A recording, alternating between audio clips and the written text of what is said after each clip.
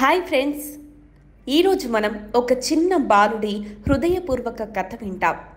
ఢిల్లీలోని చారిత్రాత్మక జామా మసీదు నుంచి వచ్చిన ఈ 7 ఏళ్ల పిల్లవాడు ప్రధాని మోదీకి, భారత సైన్యానికి కృతజ్ఞతలు చెప్పే ఓ ఇన్స్టా పోస్ట్తో దేశాన్ని ఆకర్షించాడు. ఆ బాలుడు ఎవరు? అతని కథేంటి? రండి తెలుసుకుందాం. పహల్గామ్ ఉగ్రదాడి తర్వాత భారత్ పాక్ మధ్య ఉద్రిక్తతలు తారస్థాయికి చేరాయి. దీంతో భారత సైన్యం ఆపరేషన్ సింధూర్ ప్రారంభించింది. పాక్లోని ఉగ్ర స్థావరాలను నాశనం చేసి 100 మందికి పైగా ఉగ్రవాదులను హతమార్చింది. 50కి పైగా డ్రోన్లను కూల్చి పాక్ రక్షణ వ్యవస్థలను ధ్వంసం చేసింది.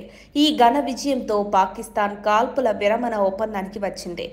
ఈ విజయానికి నాయకత్వం వహించిన ప్రధాని నరేంద్ర మోదీ భారత సైన్యానికి దేశం మొత్తం కృతజ్ఞతలు చెబుతోంది. అలాంటి కృతజ్ఞతలు చెప్పిన వారిలో ఒక 7 ఏళ్ల బాలుడు కూడా ఉన్నాడు. ఈ బాలుడు సయ్యద్ అరీబ్ రుఖారీ, ఢిల్లీ జామా మసీదు షాహీ ఇమాం సయ్యద్ అహ్మద్ రుఖారీ గారి మనవడు. 15వ తరానికి చెందిన ఈ చిన్నారి తన ఇన్స్టాగ్రామ్లో ఓ వీడియో పోస్ట్ చేశారు. ఆ వీడియోలో ఏమన్నాడో వినండి. మోదీ అంకుల్, మీరు ఉగ్రవాదంపై ఉక్కుపాదం మోపారు, ఉగ్రవాదులను అణచివేశారు. మీరే మా నిజమైన నాయకుడు. నేను మొదట్లో చాలా భయపడ్డాను, బాధపడ్డాను. కానీ ఇప్పుడు నేను ప్రశాంతంగా ఉన్నాను. ఇప్పుడు నా చదువుపై దృష్టి పెడతాను. భారత సైన్యానికి, ప్రభుత్వానికి ధన్యవాదాలు. జై హింద్.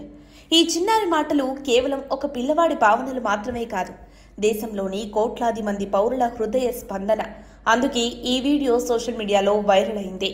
జామా మసీదు భారతదేశ సాంస్కృతిక, మతపరమైన వారసత్వ సంపదలో ఒకటి. ఇక్కడ 14వ తరం ఇమాంగా ఉన్న సయ్యద్ అహ్మద్ రుఖారీ గారి మనవడు అరీబ్ ఈ పోస్ట్తో దేశ శాంతి, భద్రత కోసం మతాల అడ్డుగోడలను కూల్చాడు. ఒక ముస్లిం బాలుడు ప్రధాని మోదీకి, భారత సైన్యానికి బహిరంగంగా మద్దతు తెలపడం నిజంగా గర్వకారణం. సయ్యద్ అరీబ్ లాంటి చిన్న హృదయాలు మన దేశ ఐక్యతకు, శాంతికి చిహ్నం. ఈ కథ మిమ్మల్ని ఎలా ఇన్స్పైర్ చేసిందో కామెంట్స్లో చెప్పండి. లైక్, షేర్ చేయడం మర్చిపోవద్దు.